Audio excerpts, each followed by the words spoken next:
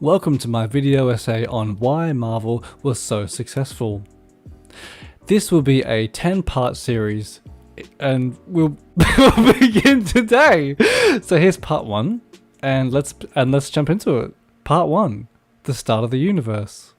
The Big Bang event is a physical theory that describes how the universe expanded from an initial state of high density and temperature. It was first proposed in 1927 by Roman Catholic priest and physicist Georges Lemaitre. Various cosmological models of the Big Bang explain the evolution of the observable universe from the earliest known periods through to its subsequent large-scale form. These models offer a comprehensive explanation for a broad range of observed phenomena, including the abundance of light elements, the cosmic microwave background radiation, and large-scale structure. The overall uniformity of the universe, known as the flatness problem, is explained through cosmic inflation, a sudden and very rapid expansion of space during the earliest moments. However, physics currently lacks a widely accepted theory of quantum gravity that can successfully model the earliest conditions of the Big Bang. Crucially, these models are compatible with the Hubble-Lemaitre law, the observation that the further away a galaxy is, the faster it is moving away from Earth.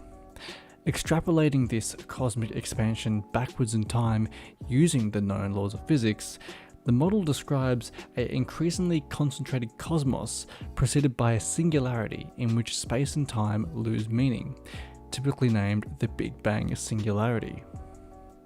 In 1964, the CMB was discovered, which convinced many cosmologists that the competing steady-state model of cosmic evolution was falsified, since the Big Bang models predict a uniform background radiation caused by high temperatures and densities in the distant past. A wide range of empirical evidence strongly favours the Big Bang event, which is now essentially universally accepted. Detailed measurements of the expansion rate of the universe places the Big Bang singularity at an estimated 13.787, weird symbol 0.020 billion years ago, which is considered the age of the universe.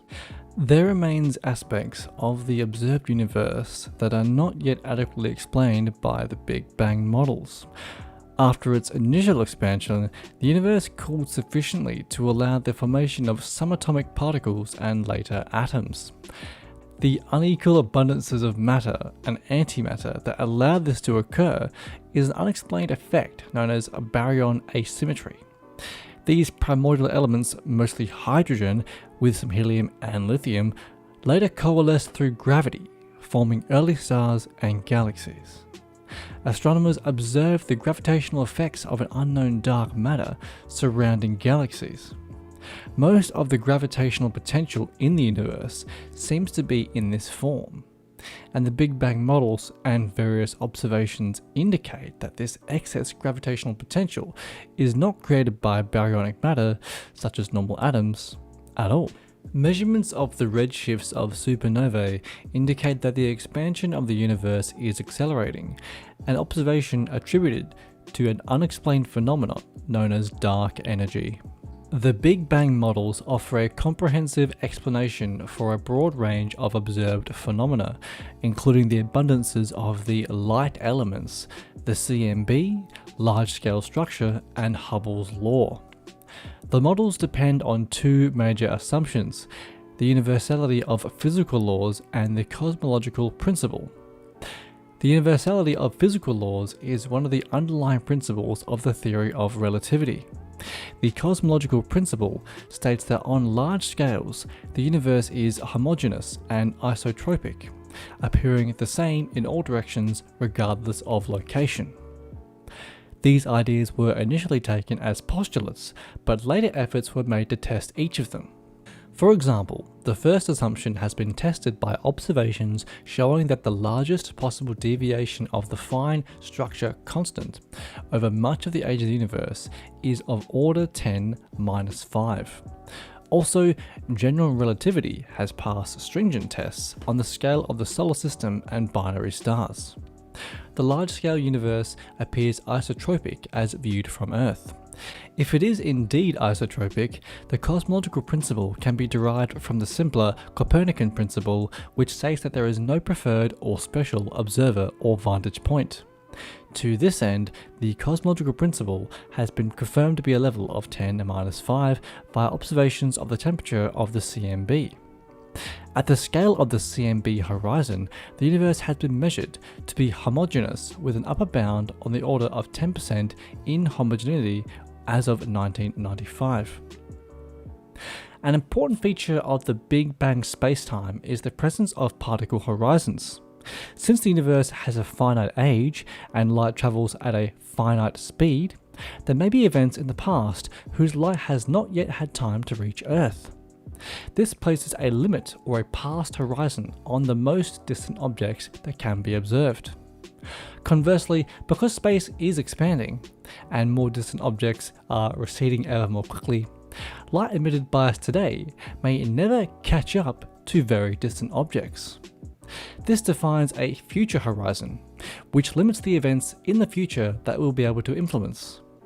The presence of either type of horizon depends on the details of the FLRW model that describes our universe. Our understanding of the universe back to very early times suggests that there is a past horizon, though in practice our view is also limited by the opacity of the universe at early times. So our view cannot extend further backward in time, though the horizon recedes in space. If the expansion of the universe continues to accelerate, there is a future horizon as well. Some processes in the early universe occurred too slowly compared to the expansion rate of the universe to reach approximate thermodynamic equilibrium. Others were fast enough to reach thermalization.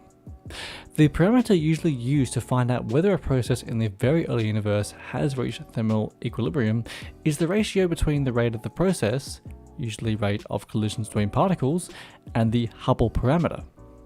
The larger the ratio, the more time particles had to thermalize before they were too far away from each other. According to the Big Bang models, the universe at the beginning was very hot and very compact, and since then has been expanding and cooling. Extrapolation of the expansion of the universe backwards in time using general relativity yields an infinite density and temperature at a finite time in the past. This irregular behavior, known as the gravitational singularity, indicates that general relativity is not an adequate description of the laws of physics in this regime. Models based on general relativity alone cannot fully extrapolate towards the singularity. In some proposals, such as the emergent universe models, the singularity is replaced by another cosmological epoch. A different approach identifies the initial singularity as a singularity predicted by some models of the Big Bang theory to have existed before the Big Bang. This primordial singularity is itself sometimes called the Big Bang, but the term can also refer to a more generic, early hot, dense phase of the universe. In either case, the Big Bang as an event is also colloquially referred to as the birth of our universe, since it represents the point in history where the universe can be verified to have entered into a regime where the laws of physics as we understand them work. Based on measurements of the expansion using type La supernovae and measurements of temperature fluctuations in the cosmic microwave background, the time that has passed since that event, known as the age of the universe, is 13.8 billion years. Despite being extremely dense at this time, far denser than is usually required to form a black hole, the universe did not recollapse into singularity. Commonly used calculations and limits for explaining gravitational collapse are usually based upon objects of relatively constant size, such as stars, and do not apply to rapidly expanding space, such as the Big Bang. Since the early universe did not immediately collapse into a multitude of black holes, matter at the time must have been very evenly distributed with a negligible density gradient. The earliest phases of the Big Bang are subject to much speculation, since astronomical data about them are not available. In the most common models, the universe was filled homogeneously and isotropically with a very high energy density, and huge temperatures and pressures, and was very rapidly expanding and cooling. The period of up to 10-43 seconds into the expansion, the Planck epoch, was a phase in which the four fundamental forces, the electromagnetic force, the strong nuclear force, the weak nuclear force, and the gravitational force, were unified as one. In this stage, the characteristic scale length of the universe was the Planck length, 1.6 times 10-35 m, and consequently had a temperature of approximately 10 to the power of 32 degrees Celsius. Even the very concept of a particle breaks down in these conditions. A proper understanding of this period awaits the development of a theory of quantum gravity. The Planck epoch was succeeded by the grand unification epoch beginning at 10-43 seconds, where gravitation separated from the other forces as the universe's temperature fell. At approximately 10-37 seconds into the expansion, a phase transition caused by a cosmic inflation, during which the universe grew exponentially, unconstrained by the light speed invariance, and temperatures dropped by a factor of 100,000. This concept is motivated by the flatness problem, where the density of matter and energy is very close to the critical density needed to produce a flat universe. That is, the shape of the universe has no overall geometric curvature due to the gravitational influence. Microscopic quantum fluctuations that occurred because of Heisenberg's uncertainty principle were frozen in by inflation, becoming amplified into the seeds that would later form the large-scale structure of the universe. At a time around 10-36 seconds, the electroweak epoch begins when the strong nuclear force separates from the other forces, with only the electromagnetic force and weak nuclear force remaining unified. Inflation stopped locally at around 10-33 to 10-32 seconds, with the observable universe's volume having increased by a factor of at least 10 to the power of 78. Reheating occurred until the universe obtained the temperatures required for the production of a quark-gluton plasma, as well as other elementary particles. Temperatures were so high that the random motions of particles were at relativistic speeds, and particle-antiparticle pairs of all kinds were being continuously created and destroyed in collisions. At some point, an unknown reaction called baryogenesis violated the conservation of the baryon number, leading to a very small excess of quarks and leptons over antiquarks and antileptons of the order of 1 part in 30 million. This resulted in the predominance of matter over antimatter in the present universe. The universe continued to decrease in density and fall in temperature, hence the typical energy of each particle was decreasing. Symmetry-breaking phase transitions put the fundamental forces of physics and the parameters of elementary particles into their present form, with the electromagnetic force and weak nuclear force separating at about 10-12 seconds. After about 10-11 seconds, the picture becomes less speculative, since particle energies drop to values that can be attained in particle accelerators. At about 10-6 seconds, quarks and gluons combine to form baryons, such as protons and neutrons. The small excess of quarks over antiquarks led to a small excess of baryons over antibaryons.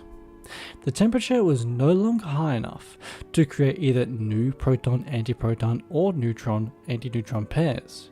A mass annihilation immediately followed, leaving just 1 in 10 to the power of 8 of the original matter particles and none of their antiparticles. A similar process happened at about 1 second for electrons and positrons. After these annihilations, the remaining protons, neutrons, and electrons were no longer moving relativistically, and the energy density of the universe was dominated by photons, with a minor contribution from neutrinos. A few minutes into the expansion, when the temperature was about 1 billion Kelvin, and the density of matter in the universe was comparable to the current density of the Earth's atmosphere, neutrons combined with protons to form the universe's deuterium and helium nuclei in a process called Big Bang nucleosynthesis. Most protons remained uncombined as hydrogen nuclei. As the universe cooled, the rest energy density of matter came to gravitationally dominate that of the photon radiation. After about 379,000 years, the electrons and nuclei combined into atoms, mostly hydrogen, which were able to emit radiation. This relic radiation, which continued through space largely unimpeded, is known as the cosmic microwave background. Over a long period of time, the slightly denser regions of the uniformly distributed matter gravitationally attracted nearby matter and thus grew even denser, forming gas clouds, stars, galaxies, and the other astronomical structures observable today. The details of this process depend on the amount and type of matter in the universe. The four possible types of matter are known as cold dark matter, or CDM, warm dark matter, hot dark matter, and baryonic matter. The best measurements available from the Wilkinson Microwave Anthropology Probe show that the data is well fit by a lambda CDM model in which dark matter is assumed to be cold. This CDM is estimated to make up about 23% of the matter/energy of the universe, while baryonic matter makes up about 4.6%. In an extended model, which includes hot dark matter in the form of neutrinos, then the physical baryon density is estimated at 0.023. The corresponding cold dark matter density is about 0.11, and the corresponding neutrino density is estimated to be about less than 0.0062. English astronomer Fred Hoyle is credited with coining the term Big Bang during a talk for a March 1949 BBC radio broadcast, saying these theories were based on the hypothesis that all the matter in the universe was created in one Big Bang at a particular time in the remote past. However, it did not catch on until the 1970s. It is popularly reported that Hoyle, who favoured an alternate steady state cosmological model, intended this to be pejorative.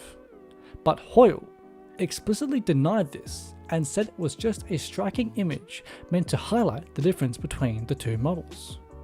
Helga Krah writes that the evidence for the claim that it was meant to be a pejorative is unconvincing, and mentions a number of indications that it was not a pejorative. The term itself has been argued to be a misnomer because it evokes an explosion. The argument is that whereas an explosion suggests expansion into a surrounding space, the Big Bang only describes the intrinsic expansion of the contents of the universe. Another issue pointed out by Santhosh Matthew is that Big Bang implies sound, which is not an important feature of the model. An attempt to find a more suitable alternative was not successful. The Big Bang models developed from observations of the structure of the universe and from theoretical considerations. In 1912, Vesto Slipher measured the first Doppler shift of a spiral nebula. Spiral nebula is the obsolete term for spiral galaxies, and soon discovered that almost all such nebulae were receding from Earth. He did not grasp the cosmological implications of this fact, and indeed at the time it was highly controversial whether or not these nebulae were island universes outside our Milky Way. 10 years later, Alexander Fredman, a Russian cosmologist and mathematician, derived the Friedmann equations from the Einstein field equations, showing that the universe might be expanding in contrast to the static universe model advocated by Albert Einstein at the time. In 1924, American astronomer Edwin Hubble's measurements of the great distance to the nearest spiral nebulae showed that these systems were indeed other galaxies. Starting the same year, Hubble painstakingly developed a series of distance indicators, the forerunner of the cosmic distance ladder, using the 100-inch Hooker telescope at Mount Wilson Observatory. This allowed him to estimate distances to galaxies whose redshifts had already been measured, mostly by Slipher. In 1929, Hubble discovered a correlation between distance and recursional velocity, known as Hubble's law. Independently deriving Feynman's equations in 1927, Georges Lemaitre, a Belgian physicist and Roman Catholic priest, proposed that the recession of the nebulae was due to the expansion of the universe. He inferred the relation that Hubble would later observe, given the cosmological principle. In 1931, Lemaitre went further and suggested that the evident expansion of the universe, if projected back in time, meant that the further in the past the smaller the universe was, until at some finite time in the past where all the mass of the universe was concentrated into a single point, a primeval atom, where and when the fabric of time and space came into existence. In the 1920s and 1930s, almost every major cosmologist preferred an eternal steady-state universe, and several complained that the beginning of time implied by the Big Bang imported religious concepts into physics. This objection was later repeated by supporters of the steady-state theory. This perception was enhanced by the fact that the originator of the Big Bang concept, Lemaitre, was a Roman Catholic priest. Arthur Eddington agreed with Aristotle that the universe did not have a beginning in time, viz., that matter is eternal. A beginning in time was repugnant to him. Lemaitre, however, disagreed by saying, if the world has begun with a single quantum, the notions of space and time would altogether fail to have any meaning at the beginning. They would only begin to have a sensible meaning when the original quantum had been divided into a sufficient number of quanta. If this suggestion is correct, the beginning of the world happened a little before the beginning of space and time. During the 1930s, other ideas were proposed as non-standard cosmologies to explain Hubble's observations, including the Milne model, the oscillatory universe, and Fritz Zwicky's tired light hypothesis. After World War II, two distinct possibilities emerged. One was Fred Hoyle's steady-state model, whereby new matter would be created as the universe seemed to expand. In this model, the universe is roughly the same at any point in time. The other was Lemaitre's Big Bang theory, advocated and developed by George Gamow, who introduced BBN, and whose associates Ralph Alpher and Robert Herman predicted the CMB. Ironically, it was Hoyle who coined the phrase that came to be applied to Lemaitre's theory, referring to it as the Big Bang idea during a BBC radio broadcast in March 1949. For a while, support was split between these two theories.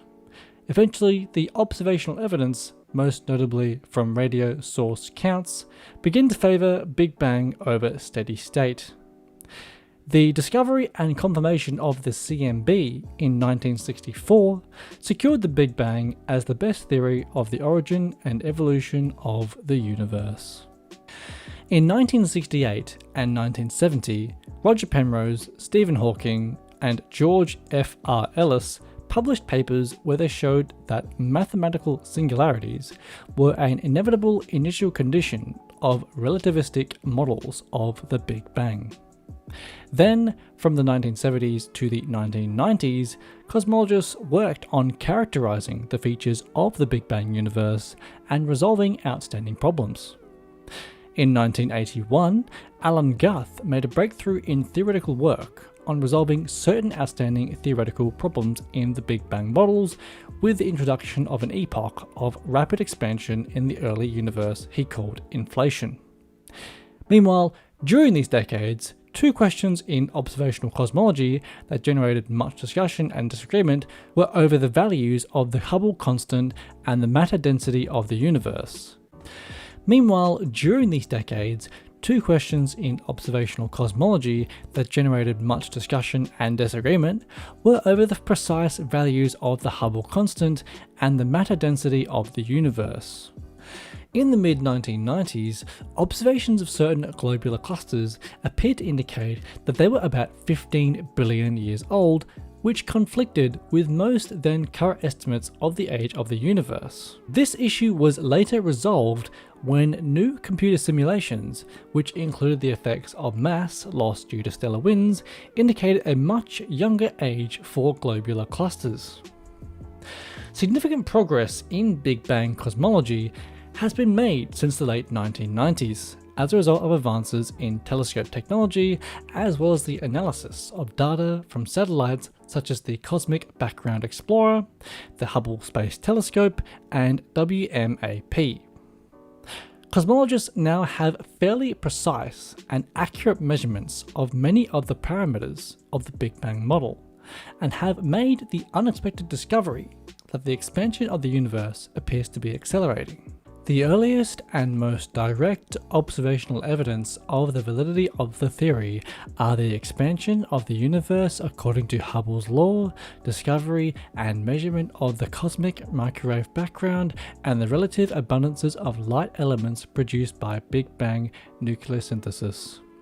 More recent evidence includes observations of galaxy formation and evolution, and the distribution of large-scale cosmic structures. These are sometimes called the 4 pillars of the Big Bang models. Precise modern models of the Big Bang appeal to various exotic physical phenomena that have not been observed in terrestrial laboratory experiments or incorporated into the standard model of particle physics. Of these features, dark matter is currently the subject of most active laboratory investigations.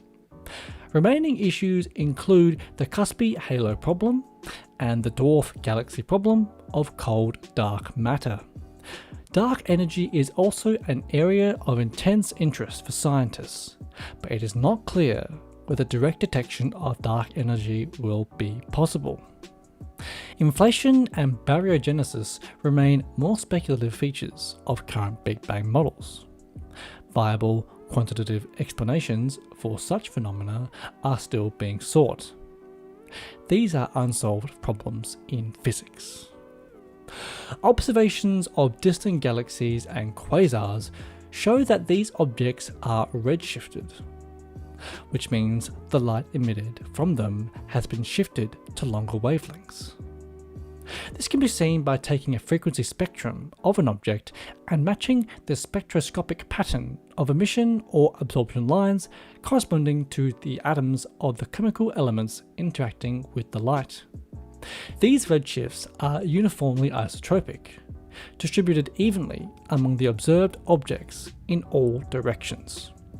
If the redshift is interpreted as a Doppler shift, the recessional velocity of the object can be calculated. For some galaxies, it is possible to estimate distances via the cosmic distance ladder. When the recessional velocities are plotted against these distances, a linear relationship known as Hubble's law is observed.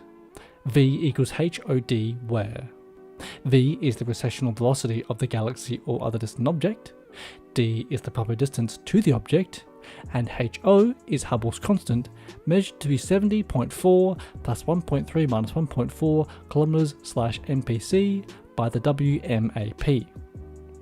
Hubble's law implies that the universe is uniformly expanding everywhere. The theory requires the relation of V equals HD to hold at all times, where D is the proper distance, V is the recessional velocity, and V, H, and D vary as the universe expands. For distances much smaller than the size of the observable universe, the Hubble redshift can be thought of as the Doppler shift, corresponding to the recession velocity V. For distances comparable to the size of the observable universe, the attribution of the cosmological redshift becomes more ambiguous, although its interpretation as a kinetic Doppler shift remains the most natural one. An unexplained discrepancy within the determination of the Hubble constant is known as the Hubble tension. Techniques based on observation of the CMB suggest a lower value of this constant compared to the quantity derived from measurements based on the cosmic distance ladder. One of the common misconceptions about the Big Bang model is that it fully explains the origin of the universe. However, the Big Bang model does not describe how energy, time, and space were caused, but rather it describes the emergence of the present universe from an ultra-dense and high-temperature initial state. It is misleading to visualize the Big Bang by comparing its size to everyday objects. When the size of the universe at Big Bang is described, it refers to the size of the observable universe and not the entire universe. Another common misconception is that the Big Bang must be understood as the expansion of space, and not in terms of the contents of space exploding apart. In fact, either description can be accurate. The expansion of space, implied by the FLRW metric, is only a mathematical convention, corresponding to a choice of coordinates on space-time. There is no generally covariant sense in which space expands. The recession speeds associated with Hubble's law are not velocities in a relativistic sense. For example, they are not related to the spatial components of four velocities. Therefore, it is not remarkable that according to Hubble's law, galaxies farther than the Hubble distance recede faster than the speed of light. Such recession speeds do not correspond to faster than light travel. Many popular accounts attribute the cosmological redshift to the expansion of space. This can be misleading, because the expansion of space is only a coordinate choice. The most natural interpretation of the cosmological redshift is that it is a Doppler shift. The Doppler effect is the change in the frequency of a wave in relation to an observer who is moving relative to the source of the wave. Anyway, I guess the movies must have been good or something.